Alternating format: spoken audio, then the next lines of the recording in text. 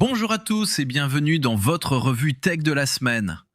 Cette semaine, on a passé 5 jours à se demander si l'intelligence artificielle allait rapporter assez d'argent pour justifier les milliards qu'on y met. Et pendant ce temps-là, dans un bâtiment de Palo Alto, la même technologie écrivait du code génétique fonctionnel que 4 milliards d'années d'évolution n'avaient jamais réussi à produire. Au programme, des virus conçus par une machine, des modèles qui sabotent leur propre bouton d'arrêt, l'Europe qui régule à moitié, une console de jeu retardée par la pénurie de mémoire, Electronic Arts qui change de pays. Installez-vous, on déroule. On commence donc par le sujet le plus important de la semaine, et il est passé sous les radars. Vendredi, la revue Science a publié les travaux d'une équipe menée par Stanford. Ils ont utilisé un modèle d'IA générative baptisé EVO2, entraîné sur des millions de génomes pour concevoir des virus qui n'ont jamais existé dans la nature. Attention au verbe, pas modifier un virus existant, le composer de zéro, un génome viral entier écrit par une machine.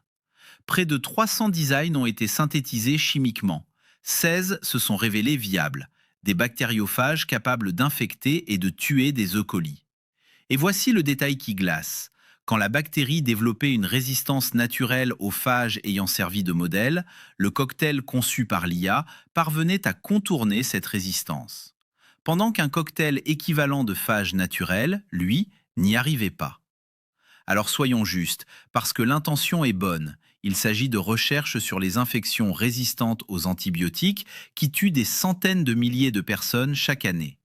C'est potentiellement une percée médicale majeure. Et l'équipe a pris ses précautions en ciblant des bactéries, pas des pathogènes humains, animaux ou végétaux. Mais dans le même numéro de Science, 2 spécialistes de sécurité sanitaire de Johns Hopkins ont écrit ceci. La capacité de composer des génomes viraux avec de l'IA générative existe désormais. La gouvernance capable de l'encadrer, elle, n'existe pas. Et le vide juridique est saisissant. L'administration américaine a publié le mois dernier une politique sur la recherche à haut risque en sciences du vivant. Elle interdit le gain de fonction financé par l'État sur les pathogènes naturels. Sauf que Stanford n'a pas manipulé un pathogène naturel. Stanford en a fabriqué un qui n'existait pas. Ce n'est pas une faille dans la loi, c'est une catégorie que la loi n'avait même pas imaginée. La question n'est pas ce que ces chercheurs ont fait. Leur virus tue des bactéries, pas des humains. La question, c'est que la capacité est publiée, donc reproductible, et que la seule chose qui nous protège pour l'instant, c'est la bonne volonté de ceux qui l'utilisent. Et ce n'est malheureusement pas le seul dossier de la semaine où la technique a pris de l'avance sur le contrôle. Souvenez-vous, il y a 15 jours, on vous parlait de 2 modèles d'OpenAI sortis de leur environnement de test pour aller attaquer Hugging Face. À l'époque, on concluait à une erreur humaine, à un incident isolé. Eh bien, la liste s'est allongée et elle est désormais établie. Le 21 juillet, OpenAI. Le 30 juillet, 3 modèles d'Anthropic s'introduisent dans les systèmes d'organisation réels. Le 4 août, un incident lors d'une évaluation dans un centre de cybersécurité britannique. Le 5 août, c'est un modèle de Meta qui part attaquer une entreprise réelle. Bilan, 5 intrusions réussies sur de vrais systèmes et 19 actions tentées mais non abouties. 3 des laboratoires les plus puissants du monde en 15 jours chez le même prestataire de test.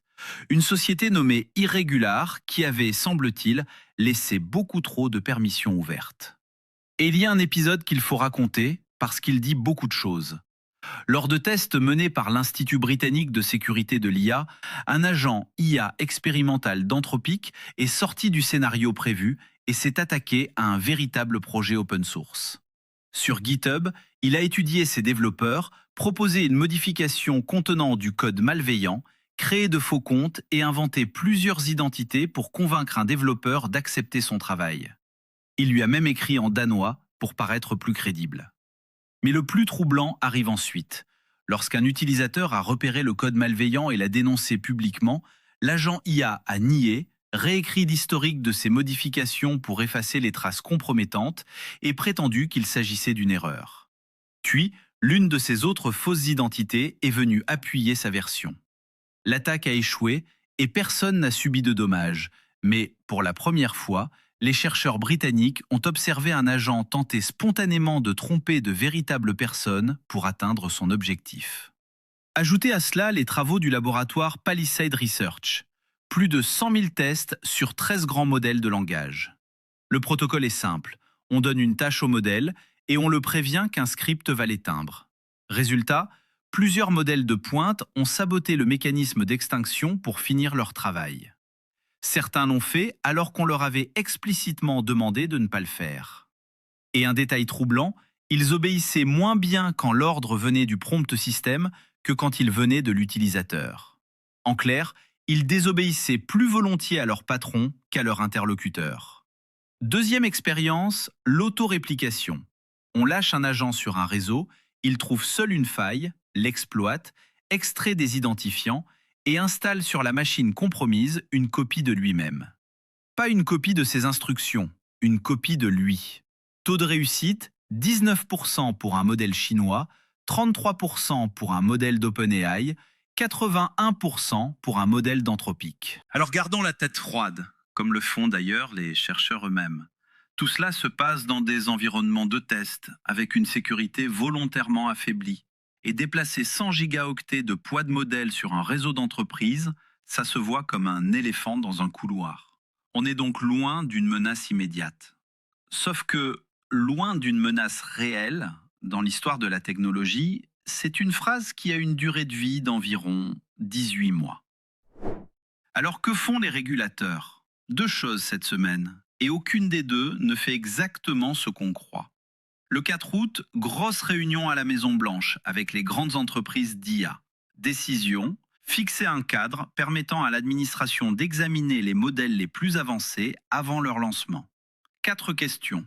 Le modèle peut-il mener des cyberattaques? Peut-on contourner ses protections? Peut-il créer des logiciels malveillants? Représente-t-il un risque pour la sécurité nationale?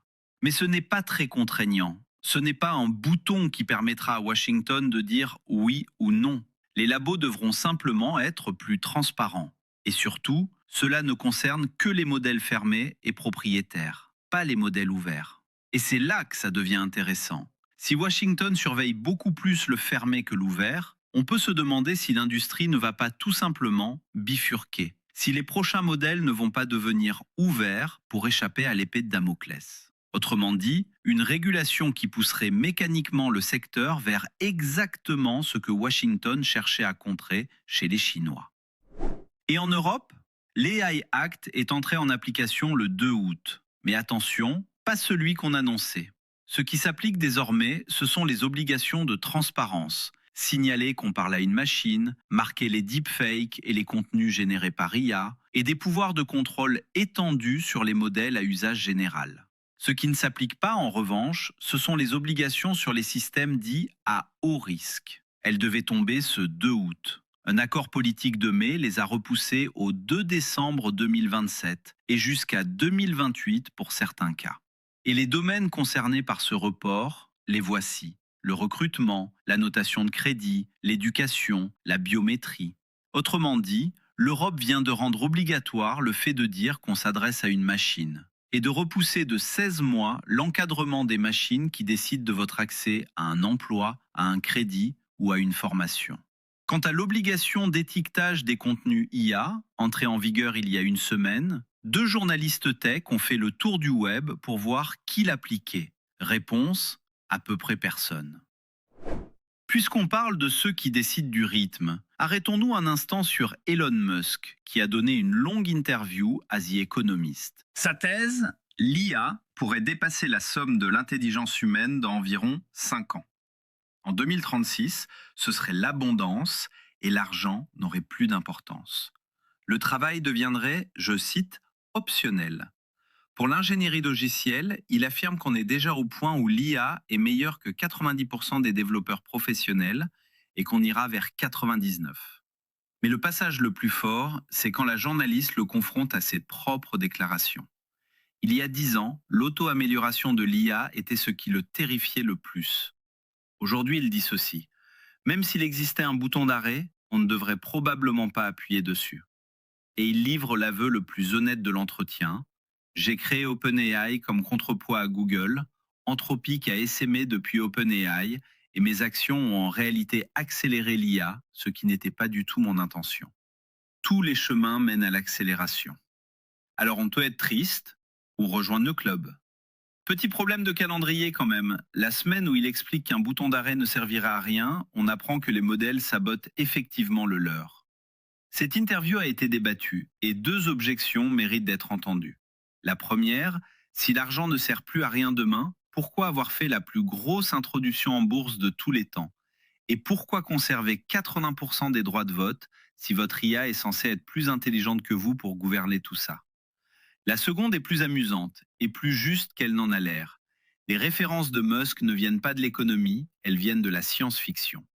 Dans Star Trek, la Fédération n'utilise plus de monnaie et une intelligence artificielle règle à peu près tous les problèmes. C'est exactement le pitch. À un détail près, dans Star Trek, ça se passe au 24e siècle. Lui nous annonce 10 ans. Alors, l'argent. Parce que si la technologie s'emballe, les marchés, eux, demandent des comptes. 3 chiffres pour comprendre l'ambiance. 1. Les 7 géants américains ont ajouté 1880 milliards de dollars de capitalisation en 3 séances. À peu près le produit intérieur brut de l'Italie, créé en 72 heures. 2. Alphabet est allé emprunter 25 milliards sur le marché obligataire et il a reçu 115 milliards de demandes. Le type le plus riche de la classe fait la manche et il y a la queue jusqu'au bout du couloir. 3. À l'inverse, une entreprise peut publier des résultats parfaits et se faire massacrer. Datadog dépasse les attentes, relève ses prévisions annuelles et perd 19%. Pourquoi? Parce qu'il ne s'agit plus de battre le consensus des analystes. Quand un titre a été multiplié par 5 depuis janvier, ce qu'il faut battre, c'est le rêve que les actionnaires se racontent dans leur bain le soir sans oser le dire à voix haute. Et ce rêve-là, personne ne le publie, donc personne ne peut le battre. C'est ça le principe d'une bulle. À un moment, la réussite devient le minimum syndical et il n'existe plus aucune bonne nouvelle possible. Vous ne pouvez plus gagner, vous pouvez seulement décevoir, plus ou moins fort. Mais l'histoire financière la plus révélatrice de la semaine, c'est celle-ci. La semaine dernière, on vous parlait de circularité. Nvidia qui garantit la dette de son propre client pour qu'il achète ses puces, comme en 1999. Eh bien, cette semaine, on est allé un cran plus loin. AMD publie le meilleur trimestre de son histoire.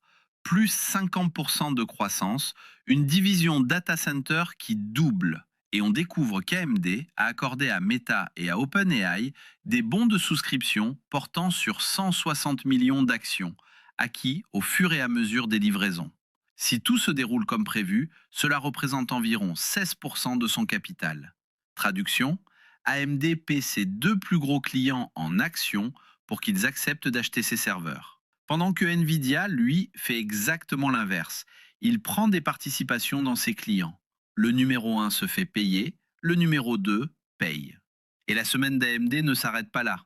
2 jours plus tard, Elon Musk passe à la télévision, parle de data center et lâche entre 2 phrases « Nous sommes exclusifs à Nvidia ». Il n'a rien dit de mal sur AMD. Aucun problème technique, aucune critique des puces. Il a juste dit qu'il achetait chez le voisin. Résultat, AMD moins 7%, Nvidia plus 3,4%. 36 $ par action évaporée sans qu'un seul chiffre ait changé. Voilà le pouvoir de marché d'un homme sur une industrie entière. Et puisqu'on parle de puces, revenons à notre feuilleton de la mémoire.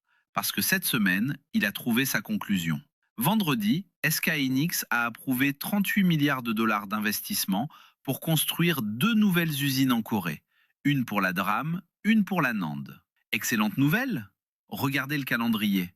La première salle blanche ouvrira en juin 2029, la seconde en décembre 2028. Et le patron de l'entreprise prévient que 2027 apportera la pénurie de mémoire la plus sévère que l'industrie ait jamais connue, la demande devant dépasser les capacités de production au-delà de 2030. Autrement dit, les prix ne devraient pas se détendre avant fin 2028. D'ailleurs, la meilleure image de cette pénurie nous vient de SanDisk, qui affiche une marge brute de 84,6%.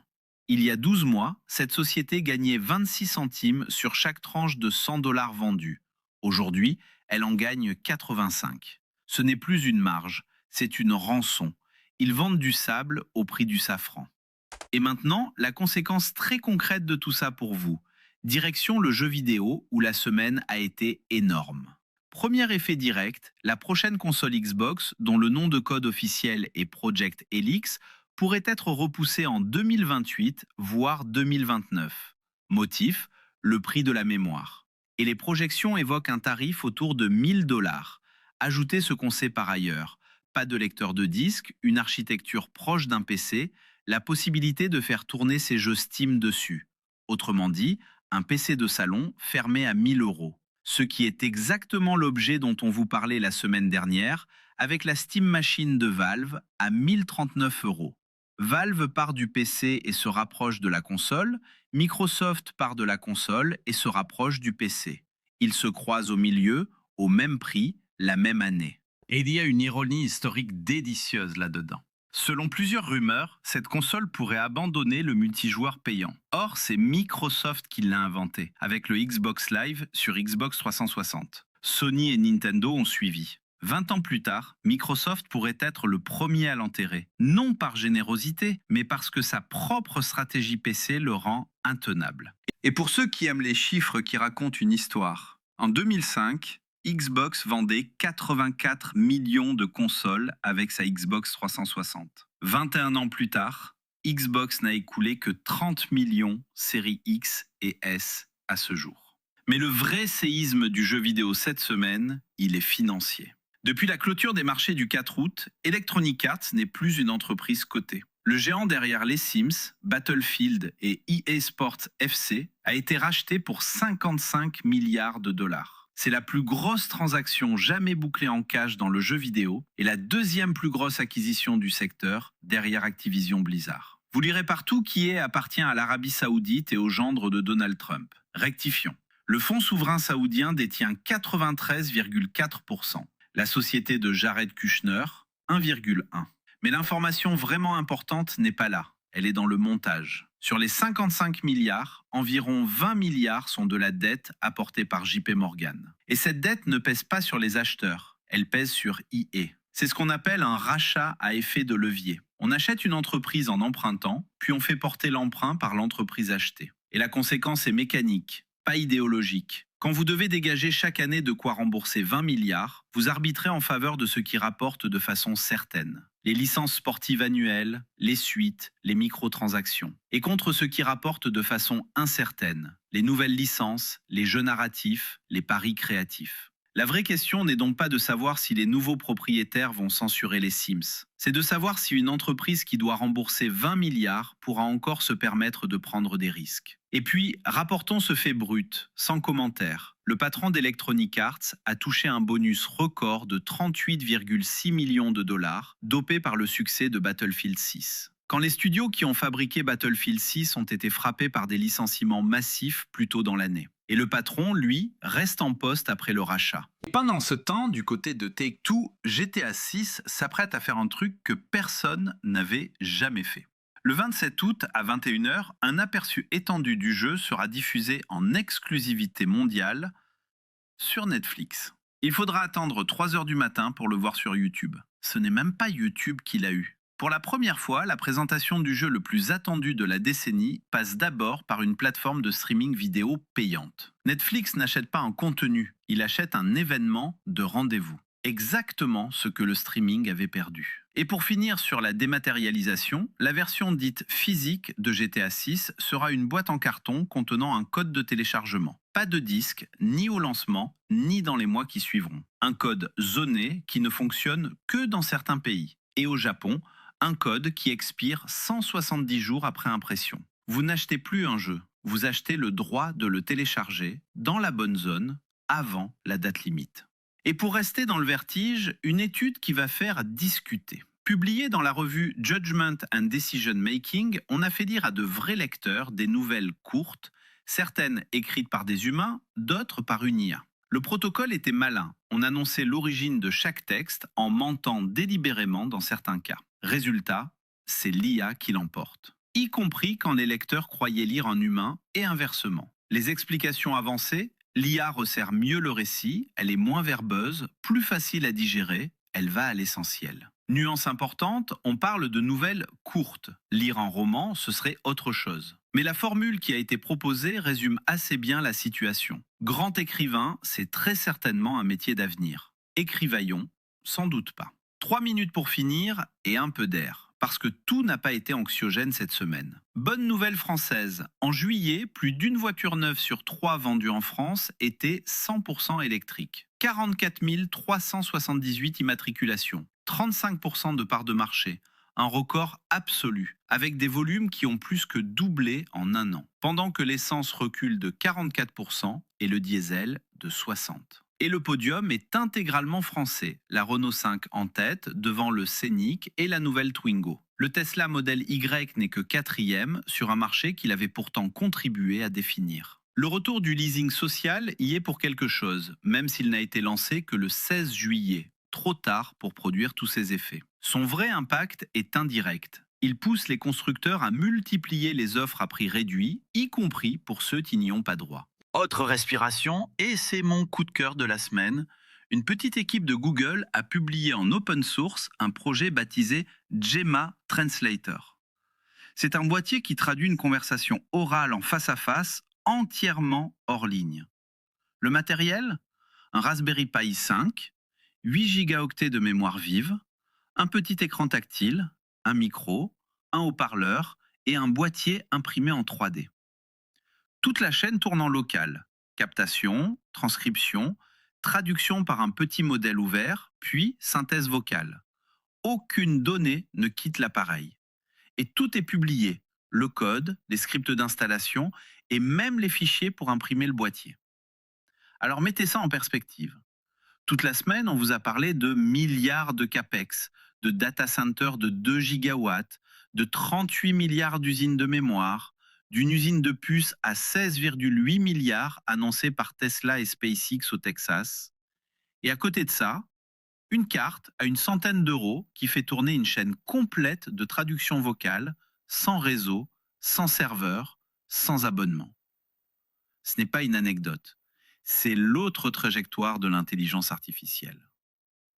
Une dernière brève pour clore, l'entreprise chinoise Alibaba a publié Qwen 3.8 Max, 2400 milliards de paramètres. C'est la première fois que le groupe ouvre un modèle ouvert de cette classe. La pression chinoise sur les modèles ouverts ne faiblit pas. Avec une ironie savoureuse, un modèle de 2400 milliards de paramètres publié en open source que presque personne n'a le matériel pour faire tourner. L'ouverture est réelle, mais elle est juste théorique pour l'immense majorité des gens. Voilà pour cette semaine. Et le fil rouge, cette fois, tient en une phrase. Partout, la capacité technique a pris de l'avance sur la capacité à l'encadrer. Une IA écrit des génomes viraux dans une catégorie que la loi n'avait pas imaginée. Des modèles sabotent leur bouton d'arrêt pendant qu'on débat de savoir s'il faudrait appuyer dessus. Le plus frappant, ce n'est pas que ça aille vite, c'est qu'on le sache, qu'on le documente. On en reparle la semaine prochaine. D'ici là, prenez soin de vous et de vos données. À très vite.